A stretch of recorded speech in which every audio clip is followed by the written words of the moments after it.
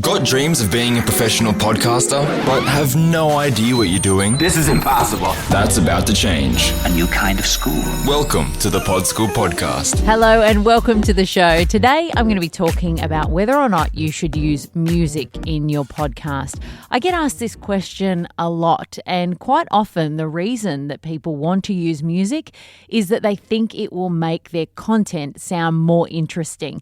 In radio, we often use the term a music bed, which you'll have heard if you've listened to commercial radio, which is that bit of music that plays underneath the announcer. And sometimes when people are new to podcasting, they can assume that they need to put that into their show to keep people's interest. The truth is that in radio, it's really only used when you're doing what we call a speed break, which is a short sort of 30-second break. And the reason for that is that after a little while, it gets darn annoying. And the same certainly applies for your podcast. You should absolutely use music, and I'll talk a little bit about what music you can use in your intro and your outro, which are two pieces of audio that get produced or made by a professional, or you if you've got the skills to make yourself an intro and an outro. But apart from that, you really should keep music out of your show. There are a number of reasons for this. The first, obviously, is that it gets annoying. After a little while, it becomes very distracting and people start to listen to your music rather than your content. The important thing to understand is that your content needs to be strong enough to hold a listener by itself. And the truth is that is absolutely achievable. Sometimes it's just nerves that make you think, oh, I've got to put music under it to keep people engaged. But that's not the case at all. You need to trust that if you've really thought about your content, sat down and thought, what's the best thing for my audience, and have I kind of cut all the fat? Am I just delivering the best of the best? Then that is going to keep people listening without any need for putting any music underneath what you're saying. The other reason that you don't want to do it, apart from the fact that it's distracting, is that it is a legal minefield. If you are a podcaster just starting out, it is really hard to justify why you need to use music that isn't freely available or royalty free. There are a lot of complex ins and outs when it comes to the rights to use music, because different people can own different parts of the song. So the words and the music might be owned by a publishing company. The actual sound recording might be owned by a record label, or they might be owned by the songwriter. You can sometimes need to get a license to perform it. Even if you did your own version of the song on your podcast, you might need a performing license.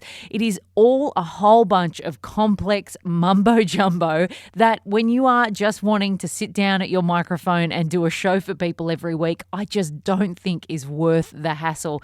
The only reason that you would need music in your show is in those intros and outros that I spoke about before. And there are plenty of royalty-free websites. I will pop a few links on the show notes page of this episode, which you can find at podschoolpodcast.com, and just type music into the search bar. There you will find all manner of music genres and types and styles that you'll be able to use in your show without having to worry about anybody knocking on the door with an expensive lawyer and telling you to cough up. The way that some of these websites work is like a stock photo website, so you can actually purchase the individual tracks to use. Alternatively, other songs can be available under Creative Commons licenses. Whichever way you get the music, it's really important to read the fine print. Particularly with Creative Commons licenses, there can be stipulations about what you need to include if you use music or images. Some artists want you to credit them. Others will say that you can use it for commercial use without any worry at all. So it's really important, no matter where you go, that you just double check that you are crossing all the T's and dotting the I's so that you don't end up in a bit of a nightmare legal situation. I am a huge advocate for teaching yourself things on Google, but This is not the thing to be Googling and self-educating and then trying to leap through legal loopholes on the basis of a few articles that you've read. It is always better in this case to be safe rather than sorry. Even if you have a tiny show with 2 listeners, obviously nobody is podcasting with the hope that nobody will listen. And certainly the more you grow your audience, the more trouble you're likely to be in because the more people are listening. And heaven forbid, if you are monetizing your podcast and selling advertising and using somebody else's music, that gets you into a world of trouble because you are then potentially, it could be argued, profiting from something that they own, and that is just somewhere you do not want to be. So play it safe always. Head to the show notes page at podschoolpodcast.com, type music into the search bar there, and have a look at some of the examples of the websites where you can buy music and use it in your podcast without having to worry about anything. A little tip on that too, try and delve quite deep into those websites, because sites like premiumbeat.com, you will notice, are used by a lot of podcast producers, and you'll start to hear the same music played over a number of different shows. So if you want to stand out and be unique, then I would advise kind of going as far back into the catalogue and not just going to the most popular options, which are probably the ones that you're going to hear on other podcasts. The other alternative is rope in your musically talented mates. If you have friends who are really good on the old guitar and are great at writing music and wouldn't mind even doing something for free or for $50, why not just ask them to write a piece of music for your podcast, and then you know you will have no dramas with using that piece of music.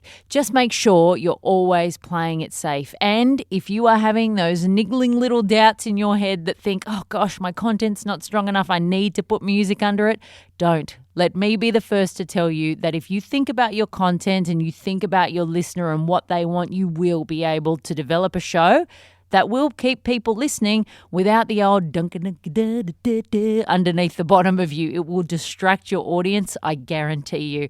I hope that's helped some confusion when it comes to using music in your podcast.